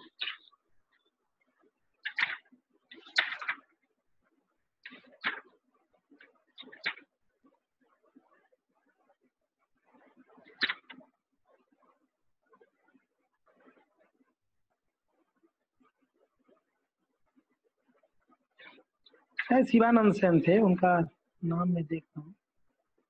वो उनकी तत्वावधान में सब लोग जा रहे थे। ओके, तो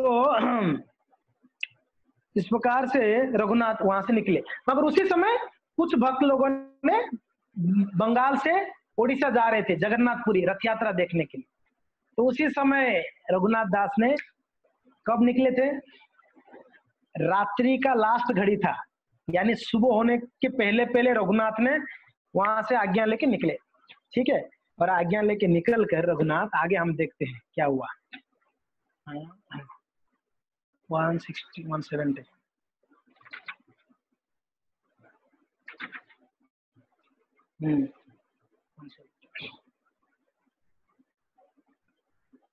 ओके। तो सेवक रक्षकार केह नाई संगे, पलाइते आमार भालो यही तो प्रसंगे। तो उन्होंने विचार किया कि अभी कोई सेवक नहीं है, सब सोए हुए हैं, इसके लिए बहुत अच्छा समय है मुझे जाने के लिए। थोड़ा सा धैर्य देके सुनिएगा। हाँ ये प्यार, ए तो चिंती पूर्व मुखे करीला गमन, उलटिया चाहे पीछे नाही कोनो जन। ए तो चिंती पूर्व मुखे करीला गमन, बस अभी लेट नहीं करनी है, सुबह होते होते मुझे निकल जानी है यहाँ से, किसी को पकड़ में नहीं आना चाहिए। ये लोग तो सोए हुए हैं, सोने तो तब तक।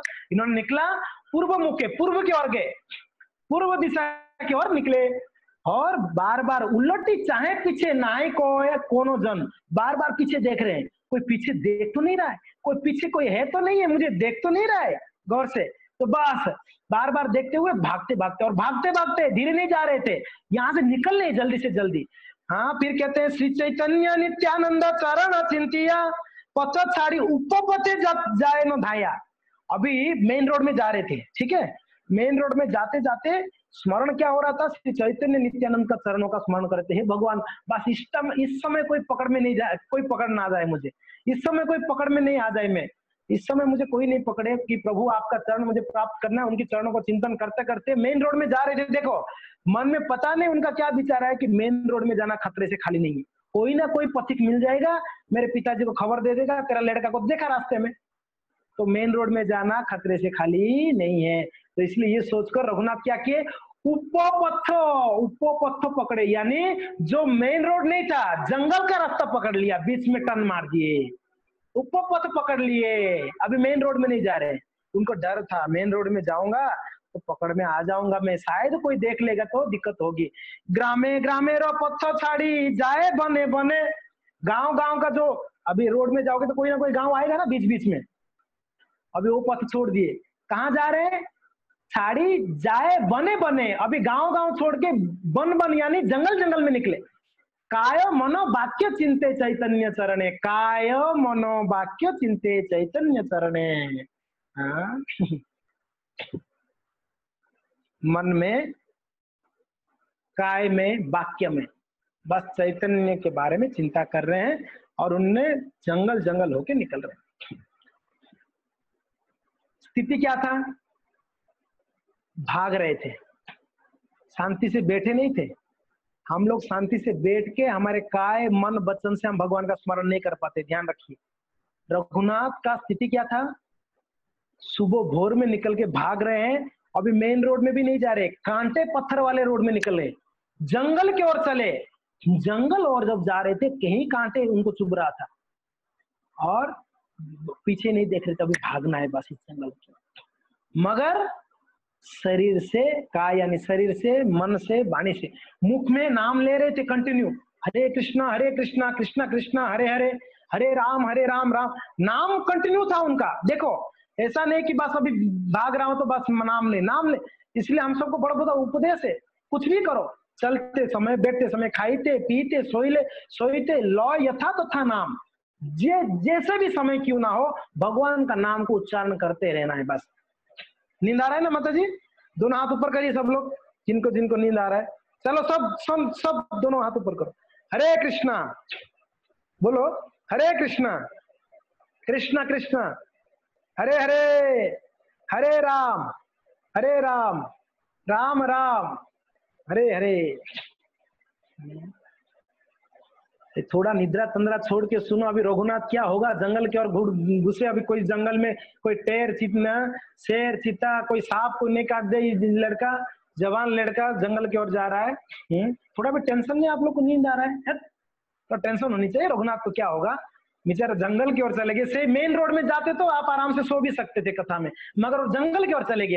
अभी जंगल में क्या होगा पता नहीं, जंगल की ओर चलते चलते जा रहे थे। हाँ, और पता है एक दिन में कितना चल लिए उन्होंने, यहाँ पर बताया गया, देखो उन्होंने एक दिन भर चलते चलते 15 क्रोश पथ चली गेला एक दिने, संध्या काले रहिला एको गोपैरवा थाने। कितना चल गए पता है, 15 कोस, लगभग 30 माइल, एक दिन के अंदर 30 माइल। 30 माइल यानी 1 माइल में 3 किलोमीटर है ना, 30 माइल यानी 90 किलोमीटर चल गए अभी 90 किलोमीटर चल के चले गए रघुनाथ, सुबह से शाम तक चल लिए। वो भी कोई मीन्स सुपथ नहीं था, अपपथ था, सही मीन्स अच्छा वाला रोड नहीं था, जंगल की रास्ते में, जंगल में कोई रास्ता नहीं था जी, बस झाड़ियों को निकलते हुए कांटों के अंदर ऐसे चलते थे।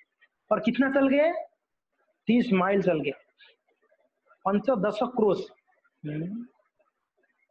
कहां पर, शाम को एक जगह पे पहुंचे, एक ग्वाला था, ग्वाला के घर पे पहुंचे तो वहां पर रात्रि को, खास करके संध्या को वहां पर रुके।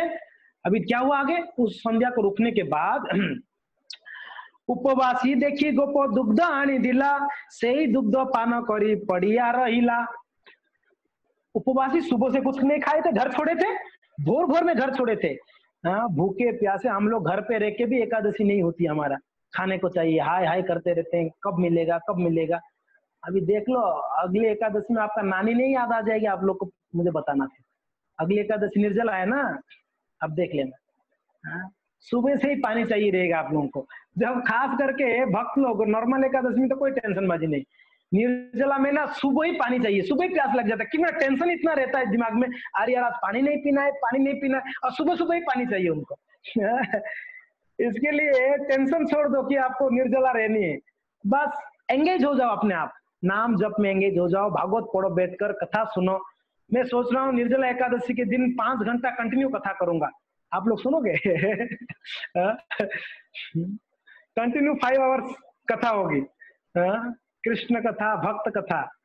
तो आपका दिन दिन का टाइम निकाल देंगे हम, 5 घंटा 6 घंटा, तो आपको प्यास ही नहीं लगेगा। शाम शाम को अगर थोड़ा बहुत प्यास लगा तो कीर्तन कर लेते हैं, घर में कीर्तन करो, तो फिर रात्रि हो जाएगा, सो जाना। कोई अगर ये रात को जगना चाहते हो तो जगह कीर्तन करो, जप करो। पारण कब करनी है, पानी कब लेना है? दूसरे दिन द्वादशी के दिन सुबह पारण के टाइम पे पानी लेनी है, दिन भर उपवास रहनी है आपको, निर्जला। उस दिन तो भीम ने भी किया एकादशी, बेचारा भीम को होता नहीं था, वो भी किया उस दिन निर्जला, तो इसके लिए कहते हैं भीम एकादशी, निर्जला एकादशी जो भी है। तो कहने का तात्पर्य है कि बेचारे भूखे थे, रघुनाथ दास भूखे थे, फिर भी देखो दिन भर इतना दूर चल गए उन्होंने। तो ये जब देखा, वो ग्वाला देखा कि हाँ ये तो भूखा है, उपवासी है, तो इसके लिए उनको थोड़ा दूध दिए। दूध पीकर रघुनाथ दास वहीं पर सो गए। ठीक है, अभी क्या हुआ पता है क्या? एता तारा सेवक और रक्षक तारे ना देखिया, क्या हो गया? वहां तो सुबह छोड़ के आ गए, वहां क्या हुआ? सुबह जब ये रक्षक गण उठे, सो गए थे ना सब लोग, तो भाग गए थे रघुनाथ, तब क्या हुआ? वो लोग जब उठे देखे कि है नहीं, रघुनाथ तो है नहीं भाई, दुर्गा मंडप में सोया था, कहाँ चला गया? तारो गुरु पासे वार्ता पूछ ही लेनो गया। किसी ने बोला कि भाई वो तो रघुनंदन, सॉरी कौन थे वो? रघुनंदन थे ना, या यदुनंदन, यदुनंदन आचार्य के पास गए हैं, तो ये लोग जाके यदुनंदन को पूछे, जाके पूछे तो क्या हुआ? यदुनंदन ने जब सुने इस बात को, तो तारो पिता कहे गुरु देव सब भक्त गण प्रभु स्थाने नीलाचरे करी लाग मन। क्या हो गया? उसकी पिता बोल रहा है, रघुनंदन आचार्य बोले कि भाई मेरे घर पे नहीं है, वो तो गया घर पे वापस गया। लोग जाके पूछे कि रघुनाथ आया था, कहाँ है? लेकिन रघुनाथ आया था तो चला गया, उसी समय चला गया घर पे। तब उनके पिताजी को डाउट हो गया, भाई मौका देखकर इसने चौका मार दिया रघुनाथ ने, इसको परफेक्ट टाइम मिला, भाग गया। तारो पिता कहे गुरुदेव सब भक्त गण, जितना लोग थे उनको कहते प्रभु स्थाने नीलाचल करी लागा, मतलब शायद वो नीलाचल भाग गया। वो पक्का है नीलाचल चला गया होगा, क्योंकि कई दिनों से प्लान था उसका जाने के लिए, तो ये नीलाचल चला गया रे बापा। सही संगे रघुनाथो गेला, वही लोग जो गए ना अभी नीलाचल जगन्नाथपुरी ना, उन लोग के साथ में निकल गया मुझे लगता है, उनके गांव से कुछ लोग गए थे, तो उन लोग के साथ में गए। सही संगे रघुनाथो गेला पलायन 10 जन यथा तारो अनह धरिया, पलाया अनह धरिया। तो उनके पिताजी क्या किए, 10 लोगों को सिपाही को भेजे, बोले किसी भी हाल में, ये लोग ज्यादा दूर तो नहीं गए होंगे, आप जाओ किसी भी हाल में रघुनाथ को पकड़ के ले आओ।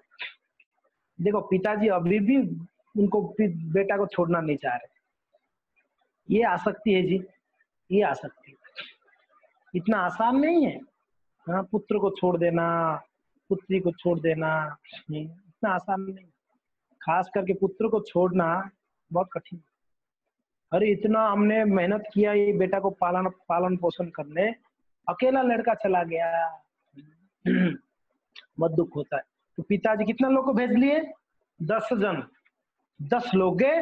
शिवानंद, ये शिवानंद से, वो शिवानंद के साथ में गए थे, जो शिवानंदे पत्री दिलो विनय करिया, एक पत्र लिखे। ठीक है, एक पत्र लिखा, कौन? गोवर्धन मजुमदार एक पत्र लिखे शिवानंद सेन के लिए कि हे शिवानंद, क्या करो, हमारा पुत्र तुम्हें दिवा बाहुड़ीबा, मेरे बेटा को वापस कर लो, आप लोग भले जगन्नाथपुरी जाओ, मेरे बेटा को वापस कर लो। उनके पिताजी को डांट हुआ, उनके साथ में चला गया ये, क्योंकि ना वो लोग भी पुरी के लिए निकले थे, उनके साथ में गया होगा। पत्र लिख कर दिया, झांकरा पर्यंत गेलो से ही 10 जने झांकर आते पाइलो गया वैष्णव मेरो गणे। ये झांकरा करके एक जगह, वहां तक पहुंच गए थे सब लोग, ये वैष्णव लोग जो निकले थे ना जगन्नाथपुरी के लिए, झांकरा करके उस जगह तक पहुंच गए थे। ये 10 लोग जो है थोड़ा आगे चले, जाके इन लोग को मिले और जाके बोले कि शिवानंद सेन को मिले, पत्री दिया शिवानंदे वार्ता पूछिलो, शिवानंदे कहे तेरे यथना आइलो, पत्र दिया, बोले कि गोवर्धन मजुमदार पत्र दिया, गोवर्धन दिया, दिखाओ। पत्र खोल के देखे, गोवर्धन ने रिक्वेस्ट किया हाथ जोड़ के कि हे शिवानंद मेरे बेटा को वापस कर देना बाबा, उसको लेके मत जाओ आप लोग के साथ। तो शिवानंद कहता है कि भाई रघुनाथ तो नहीं है हमारे साथ, रघुनाथ तो घर पे रहेगा, हमको नहीं पता है रघुनाथ। तब बाहुड़िया सही 10 जन आइला घर, तारो माता पिता होइलो चिंतित अंतर, कि 10 लोग वापस आ गए, बोले कि नहीं, गोवर्धन को बोले गोवर्धन जी नहीं है, उन लोग के साथ में नहीं था, और शिवानंद सेन ने बोले नहीं है। अच्छा, तब माता पिता टेंशन में आ गए। था रघुनाथ दास प्रभाते उठिया, पूर्व मुख छाड़ी चले दक्षिण मुख होया। सुबह उठे, ठीक है, उस रात को सोए थे, दूध पीकर सोए थे, सुबह उठ के फिर मन में उनका ऐसे विचार है, देखो कृष्ण का क्या अरेंजमेंट है, बोले कि अभी पूर्वी दिशा नहीं जाना है, अभी मैं दक्षिण दिशा में जाऊंगा, हाँ अभी मैं दक्षिण दिशा जाऊंगा। तो प्लान अपने आप प्लान बन रहा है, पूर्व छोड़ के दक्षिण दिशा में निकले अभी, ठीक है। हाँ, सब भगवान का सारा आयोजन है। छत्र भोगो पार होइया छाड़िया सराण, कुग्राम दिया दिया करिल प्रयाण, भक्षण अपेक्षा नाई समस्त दिवस गमन, क्षुधा नाई बाधे चैतन्य चरण प्राप्ते मन। हाँ, रघुनाथ क्या कर रहे हैं, कंटिन्यू चल रहे हैं, बस उनका एक ही टारगेट था, पूरी पहुंच के चैतन्य महाप्रभु को मिलना है।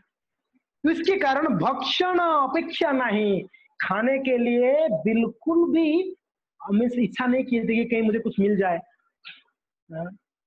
हम लोग यात्रा में निकलते तो पूरा पैक पाक करके खाना फाना ले जाते कि नहीं ले जाते, 2-4 दिन के लिए, कहीं मिलेगा नहीं मिलेगा पता नहीं यार।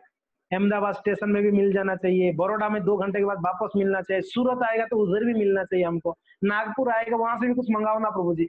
नागपुर के भक्त लोग इतना ये रहते हैं, वो लोग खुद ही बोल देते ट्रेन कहाँ कहाँ रुकने, बोला पूछे यहाँ यहाँ रुकेगा, आप मंगा लो ना प्रसाद। अरे बड़ा पूरा प्लानिंग होती नहीं होती है, हम पुरी जाना है, मायापुर जाना है, तो पूरा प्लानिंग हो गया।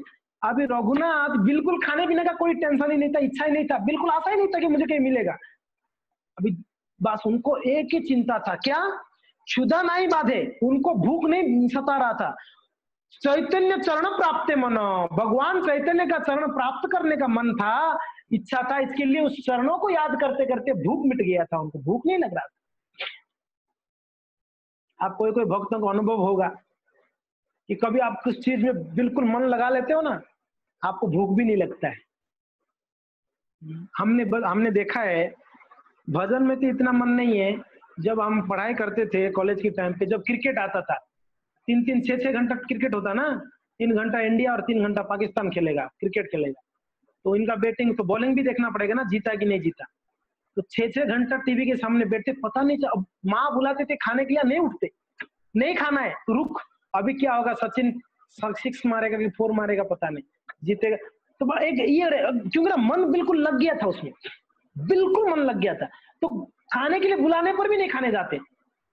यही अब ये स्थिति भगवान कृष्ण जब लीलाएं करते, यशोदा बुलाती है, बेटा एक आना, आके खा के जाओ, बोले मैया मैं अभी नहीं खाऊंगा, मुझे भूख नहीं है। बोले बेटा आके खा के जाओ ना, नहीं आना है, ये लोग मैं आऊंगा ना खाने के लिए, ये लोग वापस खिलाएंगे नहीं मुझे, हाँ ये ग्वाले है ना, ये नहीं खिलाएंगे, बोलेंगे कि तू खाना जा रहे तो जा वापस मत आना बोलेंगे।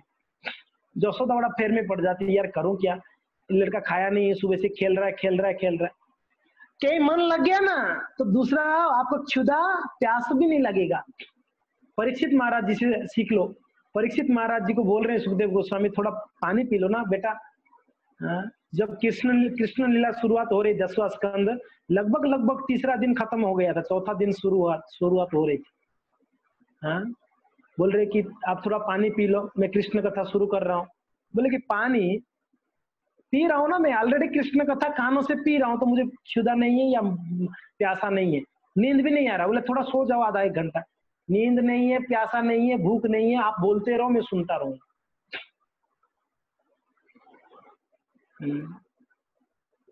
24 गुरु बनाए ना अवधूत ने, 24 गुरु, उसमें से एक गुरु है ना, एक बाण वाला शिकारी था, बाण चलाने वाला, पक्षियों को वध करता था, शिकारी पशुओं को। एक शिकारी को इन्होंने गुरु बना दिया अवधूत ने। शिकारी क्या कर रहा था पता है? अपना जो धनुष बाण है ना, तीर, वो तीर को नोकीला कर रहा था, एक पत्थर में घिस के उसको नोकीला कर रहा था, दार कर रहा था उसको, बड़े ध्यान से कर रहा था, बिल्कुल ध्यान से।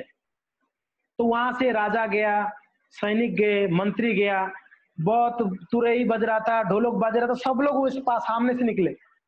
वो अपना बाण को नोकीला कर रहा है बस। तो एक व्यक्ति आगे पूछा, भाई साहब, ए भाई साहब, कुछ सुन ही नहीं रहा भाई साहब? बोले क्या हुआ? राजा को देखा जाते हुए, राजा मंत्री वगैरह को। बोले नहीं भैया मैंने नहीं देखा। उसके सामने से गए, बाजू से निकले, यहां तक कि ढोलक भोलक तुरई पुरे बज के निकला राजा, फिर भी इसका ध्यान इतना केंद्रित था बाण को नोकीला करने, वो उसको बिल्कुल पता ही नहीं चला कौन गया वहां से। अवधूत ने बोला ये मेरा गुरु है, कैसे ध्यान एकाग्र करना है इससे सीखना है। तो मन कहीं लग जाए तो दूसरा संसार में क्या चल रहा है पता ही नहीं चलेगा, भूख भी नहीं लगेगा। अब यहाँ रघुनाथ जी के मन में क्या चल रहा है? बस एक ही उनका इच्छा है, चैतन्य चरण को प्राप्त करना है बस। इसके कारण दिन भर चल रहे हैं, फिर भी भूख नहीं है, प्यास नहीं है, बस चल रहे, कंटिन्यू चल रहे, चलते चलते चलते चलते कभू चरवण कभू रंधन कभू दुग्धपान, अबे जई मिले ताहे राखे निज प्राण। 12 दिने चाले गेला श्री पुरुषोत्तम धाम। श्री पुरुषोत्तम कितना दिन चले? 12 दिन चले कंटिन्यूअसली। ध्यान रखिए, रघुनाथ जी का देख लियो वैराग्य और उनका उत्कंठा देखो भगवान से मिलने के लिए। 12 दिन कंटिन्यू चले, पते 3 दिन मात्र करीला भोजन। 12 दिन में सिर्फ 3 दिन कहीं थोड़ा सा दूध पिए थे, कहीं जगह में, एक जगह में कहीं छाछ पिए थे, 3 दिन बस। 12 दिन में 3 दिन ही सिर्फ उन्होंने कुछ लिया था। कभी चरवन, कभी कुछ चना कहीं मिल गया तो चना को चुबा लिए, कभी रंधन, कहीं कोई भोज मीन्स पका के दे दिया तो खा लिए थे कहीं पर, कभी दुग्ध, बस ये 3 दिन जो खाए थे, कभी चना चुबा लिए थे, कभी कोई बना के कुछ पका के दिया था तो खा लिए थे, कभी दूध पी दिए थे बस। कभू चरवण कभी रंधन कभी दुग्धपान, अबे जय मिले ताए राखे निज प्राण। बस क्योंकि ना 12 दिन तक जीना है ना, क्योंकि ना शरीर अन्नमय प्राण है, नहीं खाएंगे तो 12 दिन कैसे जिएंगे, और जिएंगे नहीं तो महाप्रभु को मिलेंगे कैसे? जीना है भाई, प्राण रखना है। प्राण रखने के लिए मगर अगर ये पता होता कि मैं बिना खा के प्राण रख सकता हूं तो खाते ही नहीं थे, लगता है रघुनाथ जी ने तो। बस प्राण रखने मात्र के लिए उन्होंने थोड़ा सा दूध पी लिए, चना चबा लिए थे बस। 12 दिने चाली गेला श्री पुरुषोत्तम धाम, पथे 3 दिन मात्र करीला भोजन। 12 दिन चलते चलते चलते चलते चलते चलते क्या हुआ? श्री पुरुषोत्तम धाम की जय, ही चैतन्य महाप्रभु की, जगन्नाथ बलदेव सुभद्रा महारानी की। 12 दिन चलकर पहुंच गए जगन्नाथपुरी। जगन्नाथपुरी पहुंच गए रघुनाथ। अभी जगन्नाथपुरी जैसे ही एंट्री किए, क्या होगा? अभी महाप्रभु थे क्या वहां पर? महाप्रभु पुरी में ही थे, वहां से कहीं निकल गए थे? अभी पता नहीं महाप्रभु मिलेंगे क्या। नित्यानंद प्रभु कहां पर थे? महाप्रभु मिलेंगे तो क्या बोले होंगे, ये सब